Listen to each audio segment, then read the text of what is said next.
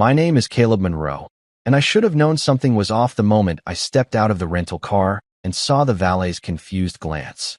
7 years of marriage, countless holidays spent appeasing Celeste's family, and I still felt like a guest actor in their production. I adjusted the cuff of my navy blue suit, tailored last week, crisp, clean, and checked the envelope in my jacket pocket. Inside was the letter, the one I'd written at 2 a.m., after staring at the ceiling fan long enough to convince myself this party would either be a turning point or the final straw. The venue was just as extravagant as Celeste wanted. Marble floors that echoed your footsteps, chandeliers that tried too hard, and a floral archway that must have taken 2 florists and 3 assistants to construct. I recognized the centerpiece immediately, balloons in a custom champagne and gold theme, just like her younger sister had demanded. Paid for by yours truly. I even remembered the receipt. $1,200 for balloons. $1,200. But I didn't complain. Because that's what I did. I covered costs. I smoothed tension. I was the reliable one. The provider. Not because anyone asked me to be, but because I believed being dependable meant I belonged. I approached the reception desk, a quiet buzz of music and chatter coming from behind the double doors to the ballroom. The woman behind the desk looked up and smiled. Name, please. Caleb Monroe, I said, offering a calm nod. I'm the husband of Celeste Harper. Her fingers tapped the guest list, scanning. Her smile dimmed. I'm sorry, I don't see your name here. I tilted my head, trying to keep my tone neutral. Check again. I funded the event. I booked the venue. I'm definitely on the list. That was when I heard the click of heels. Betrayal, Celeste's younger sister. Her smile was sharp, almost gleeful. She leaned over the desk and glanced at the list. Yeah, he's not on here. It's family only. Family only. She said it with the kind of glee you reserve for finally catching a mosquito you've been swatting at for days. I looked at her, then at the door, where laughter and clinking glasses spilled out. I caught a glimpse of Celeste inside, her dress hugging her figure, her hair curled to perfection, her laugh reaching her eyes. Hosting the party I paid for, dancing under lights I rented, pouring drinks from a bar I stocked, surrounded by people who apparently didn't think I counted. I could have caused a scene, could have pulled out receipts, thrown down invoices, demanded recognition. But I didn't. I just nodded, pulled the envelope from my jacket pocket, the one I had sealed the night before, just in case. Walked over to a waiter carrying a tray of champagne flutes and handed it to him. Please give this to Mr. Harper during the speeches, I said. My voice was even, polite, practiced. The waiter blinked. Sure thing, sir. And that was it. No dramatic exit. No shouts or slammed doors.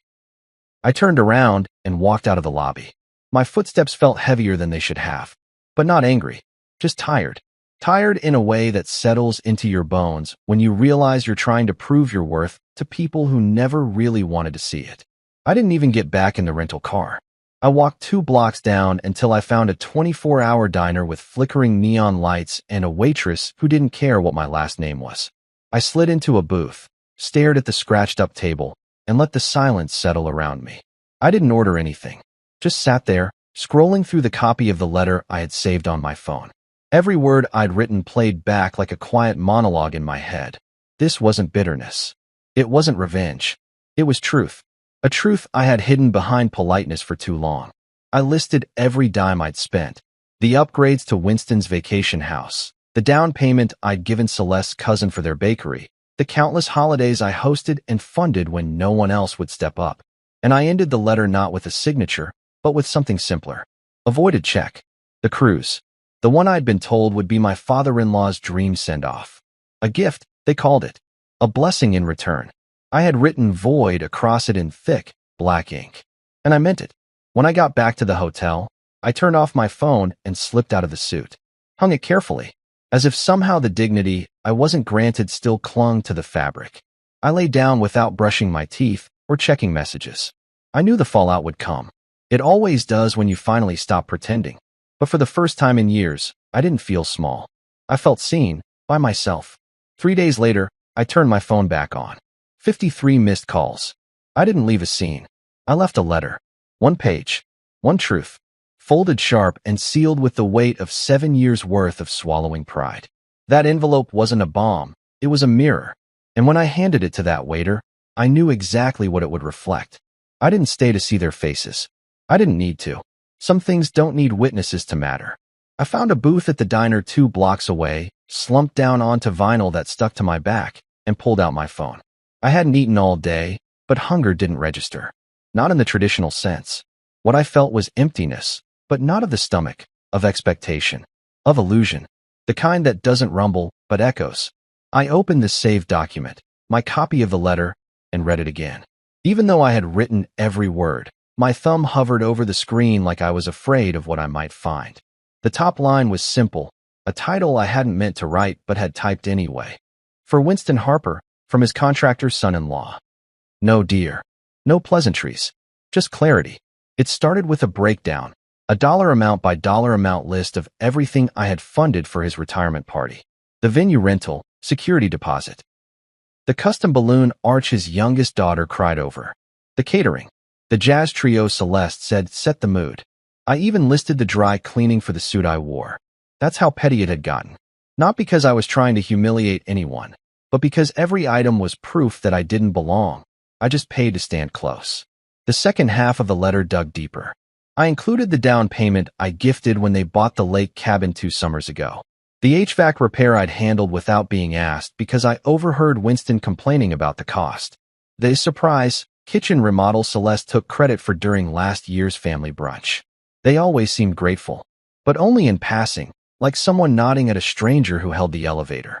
There was no real gratitude, just expectation.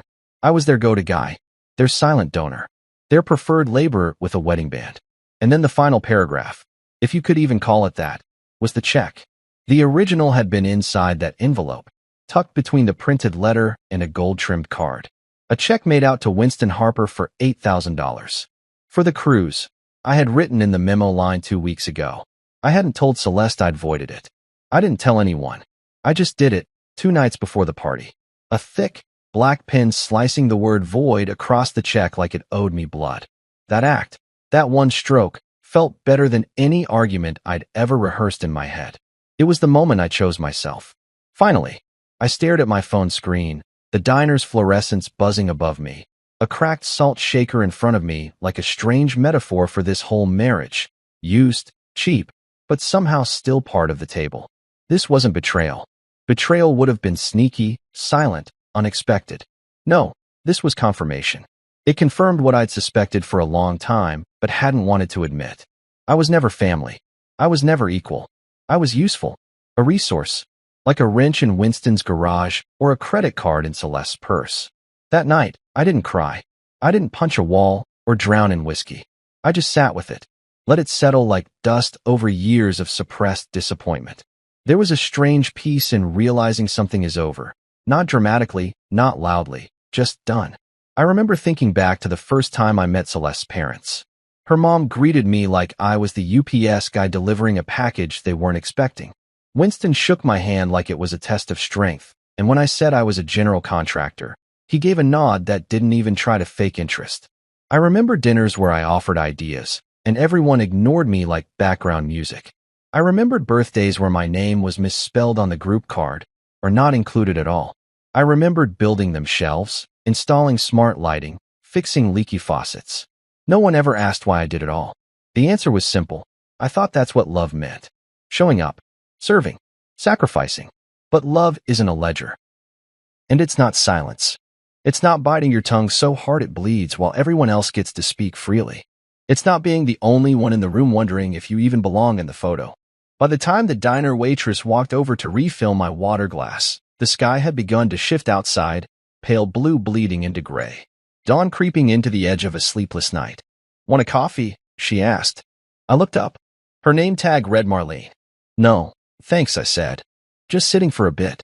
She nodded and moved on. That night, I didn't text Celeste. Didn't call. Didn't scroll through social media to see if my letter had done what I suspected it would. I didn't need confirmation. Because for the first time in 7 years, I had already given myself permission to leave. And I wasn't going back.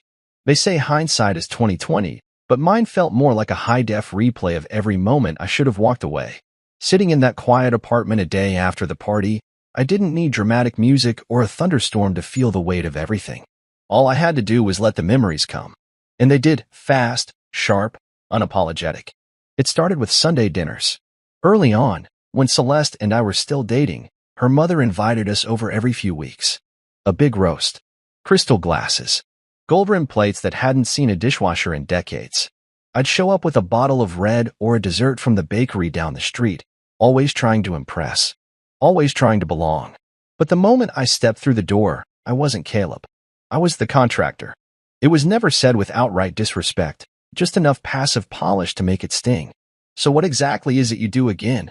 her mother would ask, every single time, even after I remodeled half their damn house. "I'm a licensed contractor. Renovations, structures, repairs," I'd explain. She'd sip her wine, nod slowly, and smile like I'd just told her I was learning to juggle. "That's nice." And that was it. No follow-ups. No curiosity. Like my work existed in a different language they didn't need to understand. Then there was Winston. Patriarch. Real estate investor. Lover of leather recliners and the sound of his own voice. To his credit, he wasn't cruel. He just didn't care. Not really. He remembered to shake my hand, but not my birthday. He called when his pipes leaked, when his deck warped, when the air conditioner groaned in July heat. And I always came. Because I thought that's what being part of a family meant. Being useful. I was the behind-the-scenes guy. The fixer. The one who made everything just work. When the oven broke during Thanksgiving, I rerouted the gas line. When the gutter flooded the front steps, I patched it up before the guests arrived. When Celeste's cousin needed a new storefront facade, I drove out and rebuilt it, free of charge. I told myself that love meant showing up when no one asked. I thought it would earn me a place. I thought effort translated to acceptance. But in every photo, I was on the edge of the frame. In every thank you speech, I was Caleb helped out, not Caleb made this possible. I laughed at their jokes, even when they landed like jabs. I stood in the back so they could shine. I paid for things because I thought love required sacrifice. And when Celeste would squeeze my hand or flash that proud smile, I believed she saw me. Turns out, she just saw convenience. I remember the night we hosted Christmas dinner, our house, our kitchen, my hours spent roasting a turkey and prepping her mother's favorite green beans almondine. Celeste walked into the living room, wine in hand, and said, "We're just so happy to bring the family together. I'm so proud of everything we've done." Everything we had done. I didn't say a word. Just smiled, refilled glasses, and cleaned plates while they toasted to us. That's when it hit me. I wasn't a husband. I was a silent partner in a life curated for appearances. My value came from utility, not love. And once I stopped being useful, they stopped pretending. It was like I had a ghost protocol built in from day one. Present, visible, but not truly there. A part of the house, not the family. The man who hung lights, not the one who was invited to sit under them. I think the worst part wasn't the neglect. It was how well practiced I'd become at excusing it. Every slight was justified. Every omission rationalized. I told myself they were just traditional. That it took time. That they didn't mean anything by it. But truth doesn't need to be loud to be heard. Sometimes it whispers while you're standing outside a party you paid for, being told you don't count. I had dreams too. I wanted kids. A family that included me. Not one I had to buy my way into. I wanted to be asked what I needed instead of being expected to provide. I wanted to be introduced as my husband, Caleb, with pride, not he's a contractor, like that was all there was to me. But dreams can't survive in silence. They need space, voice, acknowledgement. And I had spent 7 years suffocating mine to keep the peace. So yes, when the flashbacks came, I let them. I didn't push them away. I didn't sugarcoat them. I saw every moment for what it truly was, proof that I'd been ghosting myself long before they ever did. I was tired of living like a footnote in my own story. That night, I lit a single candle, something small, something intentional. I poured myself a drink, not to numb, but to mark a beginning. I sat on the balcony, cool breeze brushing against my face, and whispered, no more. No more shrinking. No more smiling through erasure. No more building lives I'm not allowed to live in. From now on, if I build something, it'll be for me. And this time, I'm not disappearing. It started in the garage. 2 months before the party, Winston called me out there like he always did when something needed fixing, except this time, nothing was broken. Not physically, anyway. He leaned against his prized Harley like he was posing for a dealership ad, arms crossed, polo shirt tucked too tightly into his khakis. "I've been thinking about stepping down," he said, almost like it was a confession. I didn't say anything, just kept polishing the wrench in my hand, waiting for the ask. Before my knees give out. Take some time off. Travel. See the world with my girls. My girls. That phrase always landed like a door slamming shut in my face. I was married to one of them. Paid bills for one of them. Fixed roofs and leaks and hosted holidays for one of them. But they were never our girls. Always his. Celeste had come outside halfway through that conversation, cradling her overpriced protein shake, her smile a little too rehearsed. He's always dreamed of a cruise across the Mediterranean, she said, slipping her arm around her father's. A real send-off. First class. Balcony views. Champagne toasts every night. I nodded slowly, already feeling the news tighten. Winston clapped me on the shoulder like I'd just agreed to something. And who better to help make that happen than the man who's always had our backs? Our. It was wild how one word could change the weight of a sentence. Our never meant me. It meant the Harpers. And I was the plus one that stuck around too long. Still, I gave a non-committal hum, the kind that men give when cornered but not yet willing to explode. I didn't say yes. I didn't say no.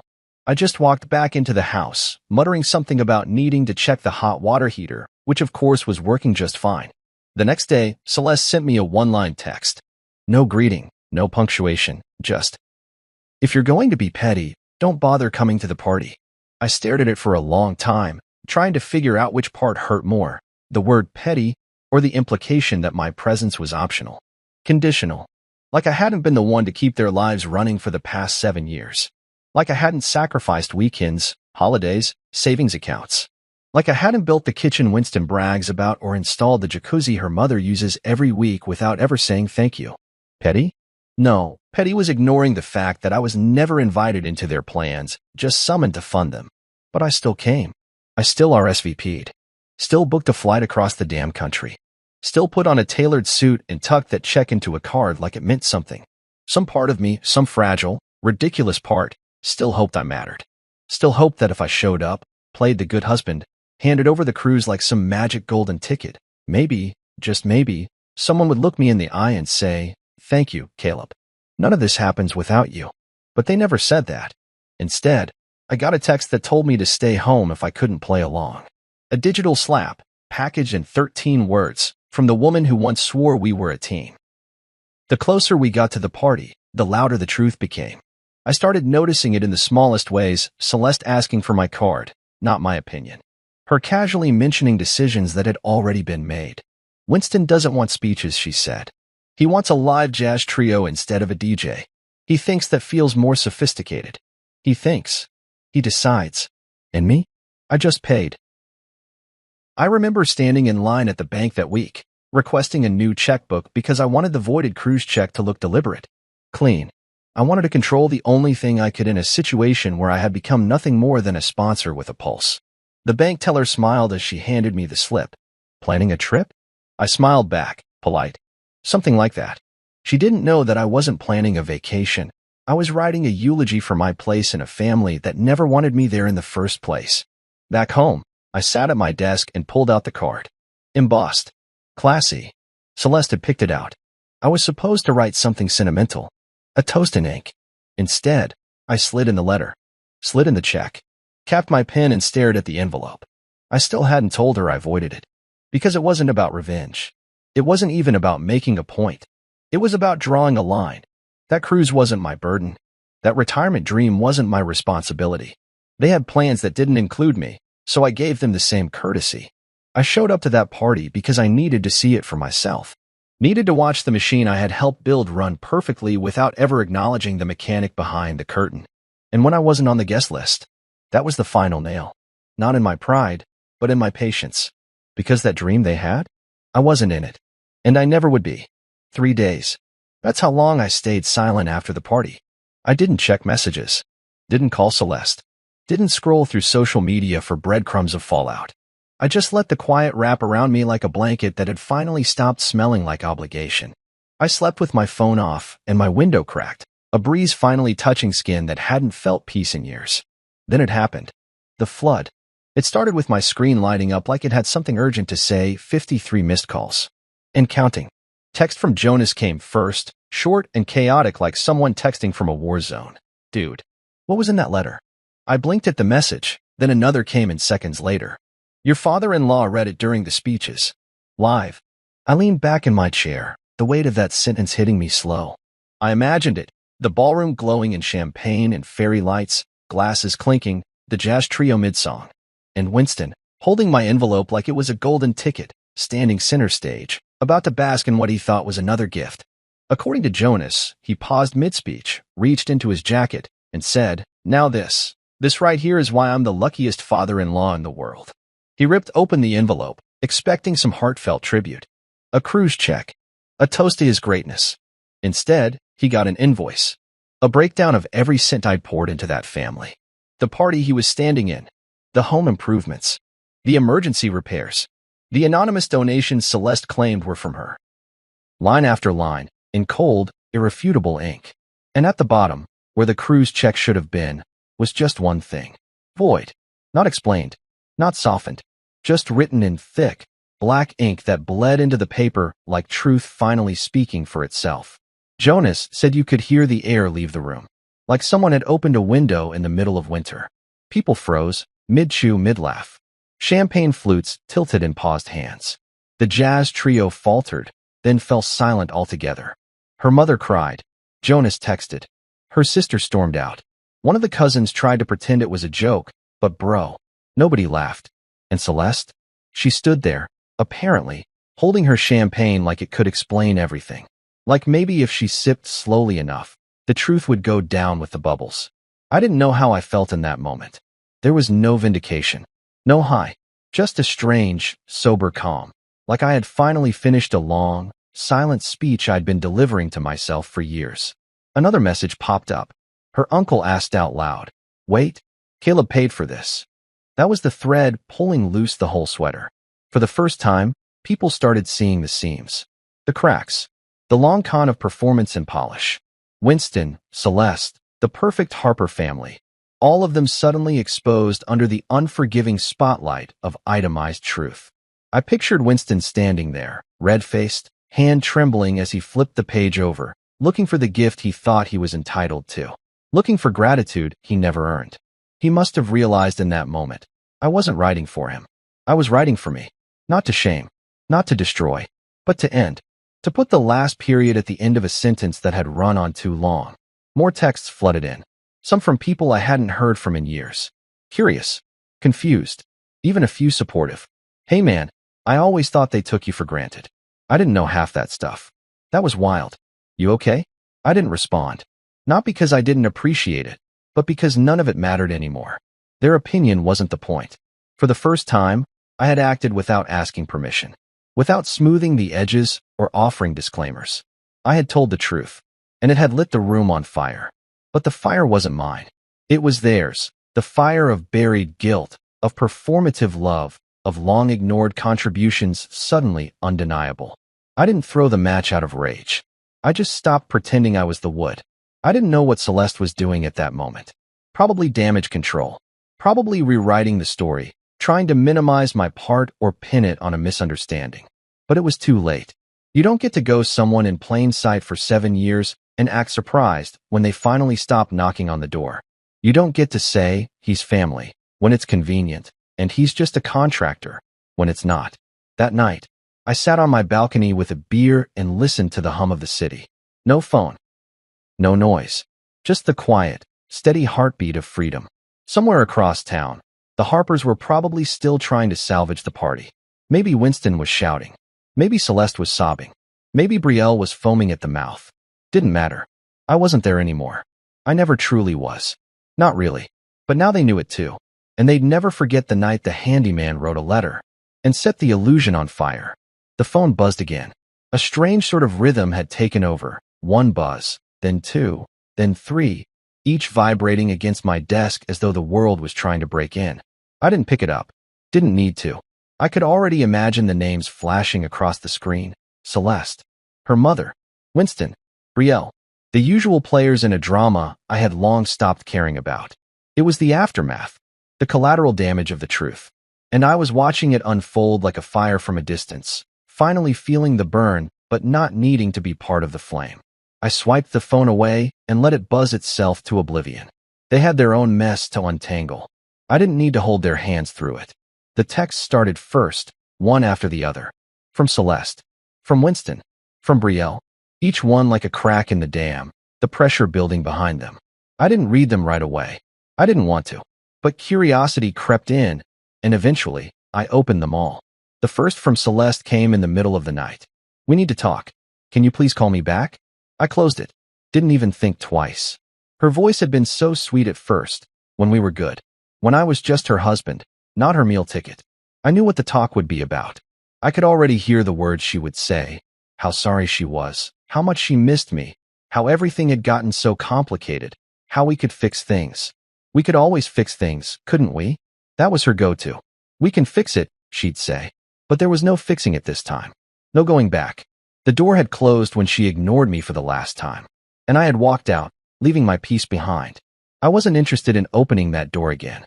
Her second message came a few hours later. This time, there was an edge to it. "Please.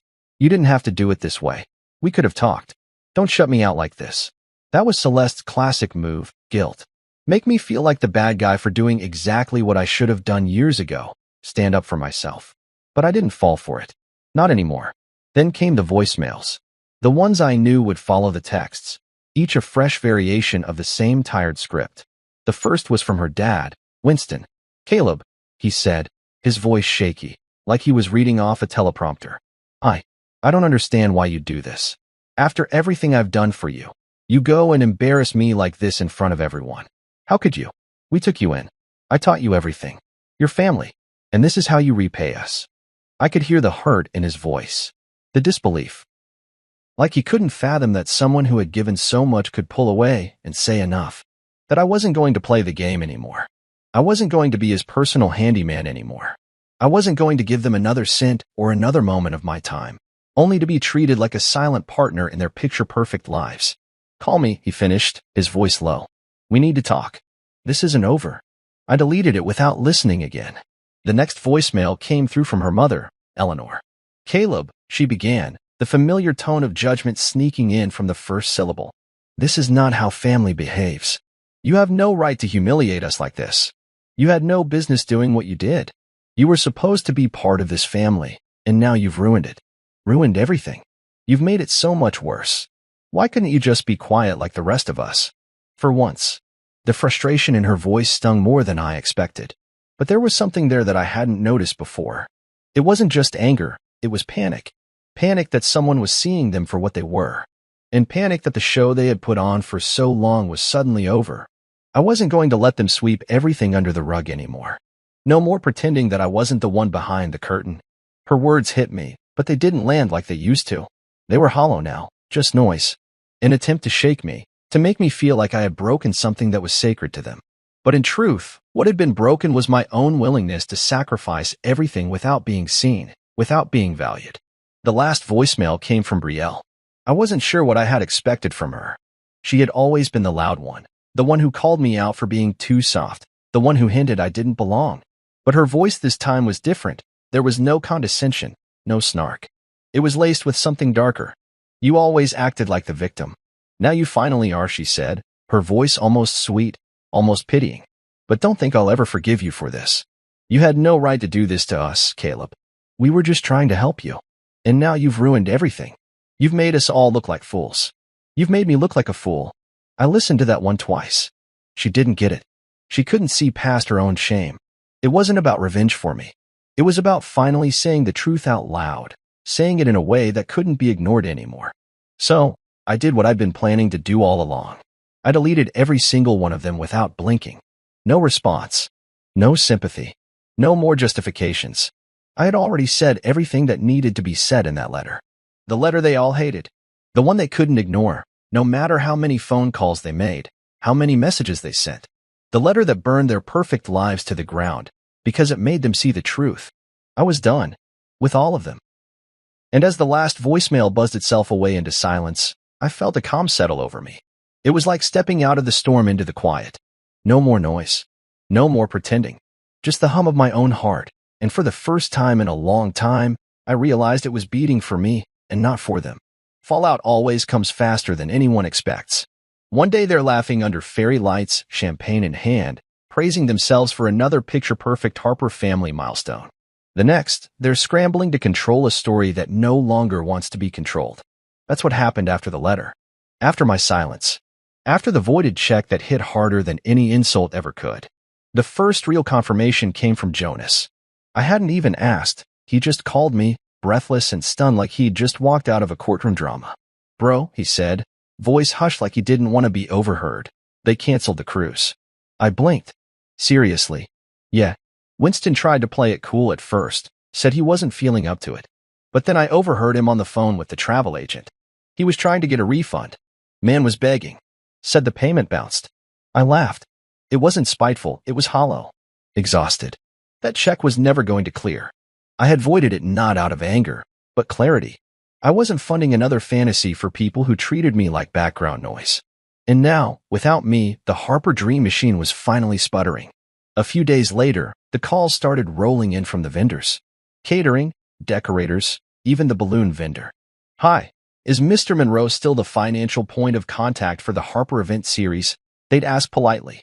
"Nope," I'd say, just as politely. "Not anymore." Some were surprised. Some weren't. One of them even sighed and said, "Should have guessed. You were the only one who ever answered emails on time." That one stung more than I expected. Because that was the truth, wasn't it? I had been the glue, the scaffolding, the uncredited project manager of their perfect little facade. Celeste's Instagram went quiet that week. Not that I was checking obsessively, but I noticed. No beachside selfies. No inspirational quotes in pastel fonts. No hashtag Harper Legacy posts. Just silence. The same silence she had expected from me every time her family made me invisible. But this time, I wasn't the one holding my breath. Through a friend of a friend, I heard that Winston's retirement plans had unraveled. The cruise wasn't the only thing that fell apart. Word got around that he was quietly looking for consulting work, calling in old favors, even trying to reclaim a few corporate accounts he'd left behind. Apparently, the man who once told me real men don't take handouts was now rewriting his resume at midnight. I didn't gloat, didn't celebrate. It wasn't about revenge. It was about witnessing the inevitable. You can only build so much on illusion before the foundation cracks. Celeste's mom, Eleanor, moved out 2 weeks later. She said she needed space to breathe. Jonas reported, half chuckling. I knew what that meant. The money dried up, and so did the warmth. Eleanor was never built for discomfort. Her version of love was transactional. As long as there were cocktail parties and catered brunches, she was happy to play the dutiful wife. But when things got real, she vanished like smoke. It was almost poetic. The people who always treated me like I was temporary were suddenly watching their world crumble. And not because I burned it down, but because I stopped holding it up. There's a funny thing that happens when you remove the unappreciated person from a family structure. The weight shifts. The seams pull apart. And all the people who took you for granted realize too late how much you were holding together. I wasn't just the guy who showed up with a toolbox. I was the guy who kept their image intact. The one who fixed what they broke, paid what they couldn't afford, and never once asked for credit. Because I thought that's what love meant. Being dependable. Being strong. Being invisible when necessary. Turns out, invisibility is only noble until you realize no one's looking for you at all. It felt strange, watching it all from a distance. Like I was viewing a movie I'd already seen. Except this time, I wasn't the one getting blindsided. I was the one walking away before the building collapsed. I'd be lying if I said I didn't feel the loss. Not of them, but of the years. The effort. The blind loyalty. I had spent so much time trying to become part of something that was never meant to include me. And in doing so, I almost lost myself. But now I had mornings that didn't begin with a to-do list I didn't write. I had space to breathe without being asked to fund someone else's dream. I had silence, but the good kind. The kind that wraps around you like a soft blanket, not the kind that suffocates. I went back to my projects. Real ones. Clients who appreciated me. Friends who asked me how I was instead of what I could do for them. I took long walks, stopped answering unknown numbers, and deleted my old calendar invites for Harper family events. The fairy tale was over. Not because of the villain they tried to paint me as, but because the truth finally caught up with the illusion. And when the masks fell off, all that remained were people who didn't know how to function without someone to carry them. Let them rebuild. Let them figure out who they are without a handyman in the background making it all seamless. As for me, I wasn't broken. I was finally free. It's funny how quickly people forget their judgments when they need something from you. 2 weeks after the letter, I thought I was done. I'd moved on. I'd left the toxic world of the Harpers behind. It felt like I had taken a deep breath for the first time in years, and now, every inch of space I took up felt like mine. But then came the call I never expected. The one I couldn't ignore, no matter how much I wanted to. It came in the middle of the night, as if the universe was just waiting for me to start sleeping soundly again. The phone lit up with a number I didn't recognize. The instinct to ignore it was strong. To block it, to let the thing ring out until it fell into the void like all the others. But something stopped me. A voice in my head, maybe curiosity, maybe just old habits, made me swipe the screen and pick up. "Hello," I said, my voice thick with sleep. "Mr. Monroe?" A woman's voice came through, sharp but controlled. "This is Maria, Mr. Harper's assistant. We've listed you as his emergency contact for his new position. He needs your tax information to complete some paperwork." I almost laughed, but the bitterness that followed it made the sound catch in my throat. I sat up, rubbing my eyes, trying to process what I was hearing. "I'm sorry." "What?" I asked, my voice barely above a whisper, still trying to shake off the fog of sleep. "Winston wants me to send him my tax info?" "Yes," she replied. "He said it's urgent. Something about finalizing his new consulting role. He needs it in order to submit his paperwork to HR." I was silent for a long moment, staring at the ceiling like it might offer some kind of guidance. It didn't. Instead, I felt the familiar, bitter knot twist in my stomach. This was the man who had kicked me to the curb when his perfect retirement plan fell apart. The man who had treated me like a tool and nothing more. And now, after everything had crumbled around him, after his own family had turned their backs, he was calling me, the very person he had humiliated, to bail him out. "No," I said, the word coming out firm and steady. "I'm not doing that." There was a pause on the other end of the line, a crackling moment of disbelief. "Mr. Monroe, I don't think you understand." "No, I do," I cut in. "I understand perfectly, but I'm not your backup anymore. I'm not your emergency contact.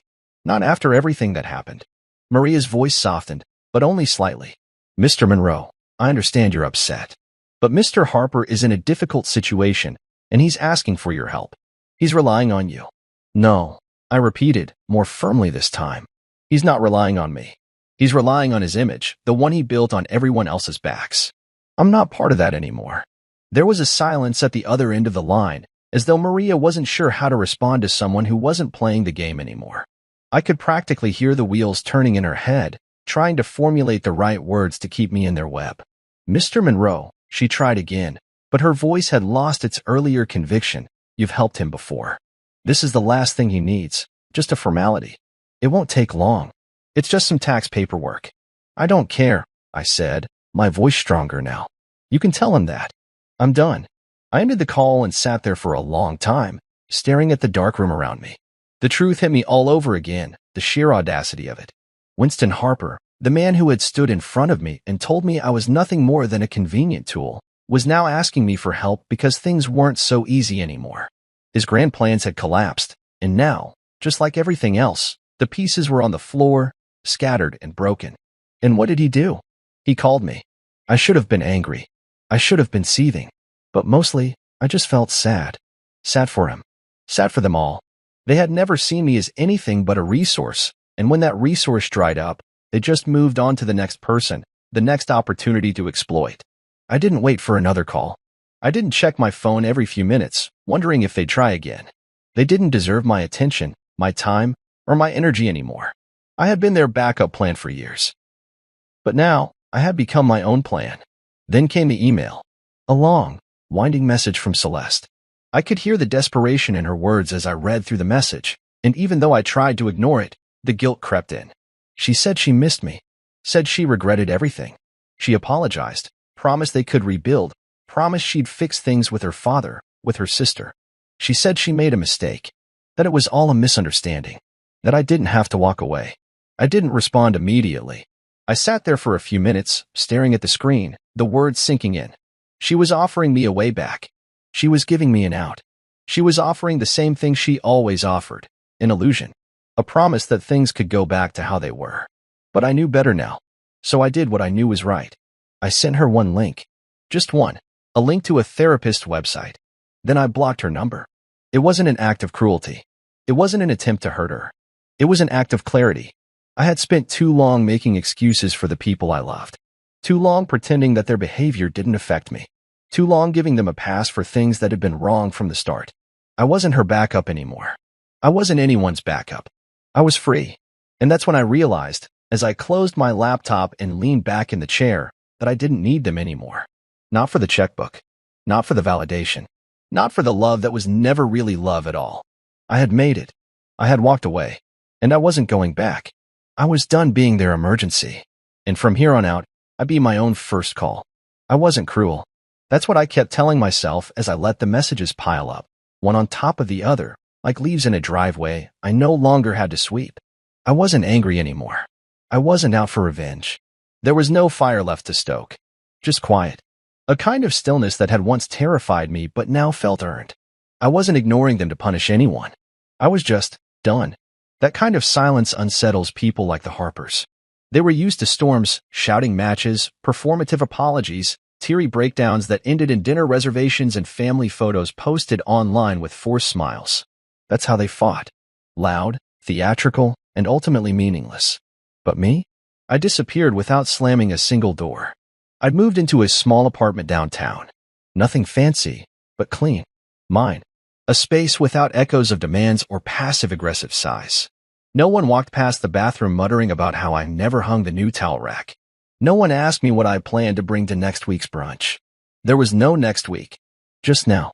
Some nights, I sat on my small balcony with a beer and watched the traffic lights cycle. No TV. No phone. Just the rhythm of a world that, for once, didn't want something from me. The first week, a few close friends reached out. You okay, man? Want to talk? Need a place to crash? They didn't understand at first. Thought I was spiraling. But I wasn't. I was decompressing from years of being wrapped too tight, like a rubber band pulled to its breaking point, finally snapping free without hitting anything. I'd built my entire adult life around being needed. Around showing up, fixing, paying, explaining. I became fluent in the language of convenience, always available, always agreeable, always just a call away. And that version of me had become a ghost. Not the scary kind, but the quiet one. The type you never notice until the dishes are done and the faucet stopped leaking. It's strange, grieving a life you chose but no longer recognize. I grieved quietly. Not for Celeste. Not for her family. But for the version of me who once believed that love meant disappearing. The version who thought selflessness was the highest virtue, even when it left me empty. I didn't miss Celeste. I missed who I thought she was. The woman who smiled at me on our wedding day like I was everything she'd ever wanted. The woman who whispered, "We're a team," while we danced in our bare kitchen on that first night in our fixer-upper. But that woman had vanished long before I ever sent that letter. Bit by bit, she'd chipped away at the man she once loved until all that was left was someone useful. When I stopped being useful, I stopped being seen. The voicemail slowed after a while. The flurry of panic turned into scattered pings, one from a cousin, another from an old family friend. Each one started the same way. I don't want to get in the middle, but they didn't get it. There was no middle anymore. There was just truth. Celeste didn't call for 3 days. Then she did. Once. I saw her name light up my phone, soft white letters glowing in the dark. I didn't move. I didn't feel the usual pull to answer. No heart spike. No breath caught in my throat. I watched it ring. I let it go. She tried again the next day. This time I silenced it before the second ring. And then I blocked the number. Not to hurt her. Not even out of resentment. Out of peace. That was the part people never understand about letting go. It's not about revenge or bitterness. It's about choosing yourself in a world that taught you to put everyone else first. It's about standing in the wreckage of who you were and realizing you're still here, still breathing, still capable, still worthy. No more parties I wasn't welcome at. No more love I had to earn with receipts and sacrifice. No more pretending. Instead, I slept in. I read books I'd forgotten I owned. I spent weekends fixing things for clients who appreciated it. I walked without direction, ate alone without shame.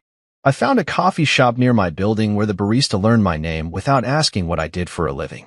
No judgment, just a smile and a hot drink that tasted better than any family dinner I'd sat through in years. Sometimes, I caught myself wondering what Celeste was doing. If she still checked my socials. If she stared at her phone, hoping I'd call. But I didn't let the thoughts linger. That was the old Caleb. The one who stayed up wondering how to fix what he didn't break. This version of me had no use for ghosts. I hadn't been cruel. I hadn't yelled. I hadn't burned anything down. I just left. Quietly. Finally. And in the stillness that followed, I realized something I hadn't dared to say before. I was okay. Maybe not whole yet, but getting there. The sunrise didn't announce itself that morning. It crept in slowly, painting the edges of my porch in a soft, forgiving orange. I sat in my usual spot, legs stretched out, coffee in hand, watching the world stir. No alarms, no to-do list, no wedding ring pressing against my finger reminding me who I was supposed to be. Just quiet. Real quiet. Not the kind that follows an argument, heavy with words unsaid. This silence was lighter. The kind that fills your lungs after years of shallow breathing. I sipped the coffee, dark and bitter, my kind of peace. My phone sat face up on the little table beside me. I wasn't waiting for it to ring. I wasn't hoping for anything. But when it did, I wasn't surprised to see the name. Celeste. No emojis. No heart next to her contact like there used to be. Just her name, plain and centered on the screen like a final question mark. I watched it ring. It buzzed once. Then again. 5 seconds in, I already knew I wouldn't answer. Still, I let it ring. I let it echo through the stillness like a song that used to mean something. Then it stopped. A few seconds later, a voicemail bubble appeared. I didn't check it. Instead, I went to her contact and pressed the option I should have months ago. Block this number. And just like that, the door closed. Not with a slam. Not with a bang. No yelling. No last-minute appeals. Just the soft click of finality. I stared out at the street below, where joggers passed by and neighbors watered their plants, and I thought about everything that had brought me here. The letter. The party. The cruise that never happened. The family that only called me ours when there was money on the table. For so long, I thought walking away meant failure. I thought it made me weak, like I hadn't fought hard enough to hold it together. But now, I understood the truth. Leaving wasn't weakness. It was wisdom. Because some doors aren't meant to be reopened. Some rooms you outgrow. Some houses aren't homes. They're holding cells dressed up with nice countertops and Instagrammable holiday dinners. That letter I left? It wasn't an attack. It was a declaration. Not to them, but to me. It said, I see it now. I see the imbalance. The way I twisted myself into a pretzel trying to earn space in a family that only loved me when it was convenient. It said, I'm not an ATM. I am not a contractor for hire. I am not a placeholder for a better husband they wish she'd married. It said, I'm done. That letter didn't destroy their image, it revealed it. Pulled back the curtain. Made everyone stop clapping long enough to realize the magician had already walked off stage. And in doing so, it gave me my life back. I leaned back in the porch chair, warm ceramic pressed to my palms, and thought about who I'd become. Not the man they tolerated. Not the one they asked for favors under the guise of family. But Caleb Monroe. Builder. Learner. Man who finally realized that silence isn't always submission, it's survival. And peace? Peace isn't bought. It's chosen. I had chosen mine. Now, morning started when I woke naturally. No one barged into the bathroom asking if I'd fixed the kitchen tiles. No one glared at me over coffee because I forgot to RSVP for some event where I'd be introduced as the contractor. Now, I made breakfast because I wanted to eat, not because I was trying to keep someone happy. I put music on because it soothed me, not because it set the tone for a family vibe. And when I passed by the mirror in the hallway, I saw someone I recognized. Not a shadow. Not a background character. Me. I hadn't dated since the fallout. Hadn't even really entertained the idea. Not because I was bitter, but because I wanted to know myself without noise. Without strings. Without having to shape myself to fit someone else's vision of who I should be. The door had closed quietly. Yes. But that silence? It spoke volumes. It told me I had made it. Not in the flashy, victory march kind of way, but in the small, consistent choices. In the refusal to return. In the peace of not needing closure from people who never gave me presents. As the sun fully crested the rooftops, I took the last sip of coffee and stood up. My muscles didn't ache like they used to. My chest didn't carry the weight of trying to belong. My phone stayed silent. And for once, that silence wasn't empty. It was full. Full of the kind of life that isn't about being needed. It's about being known by the one person who always mattered. Me. No more doors I wasn't meant to walk through. No more knocking on homes that never welcomed me in. From now on, if a door doesn't open for me with respect, I won't enter. I'll build my own. And this time, I'll be the only one with the key.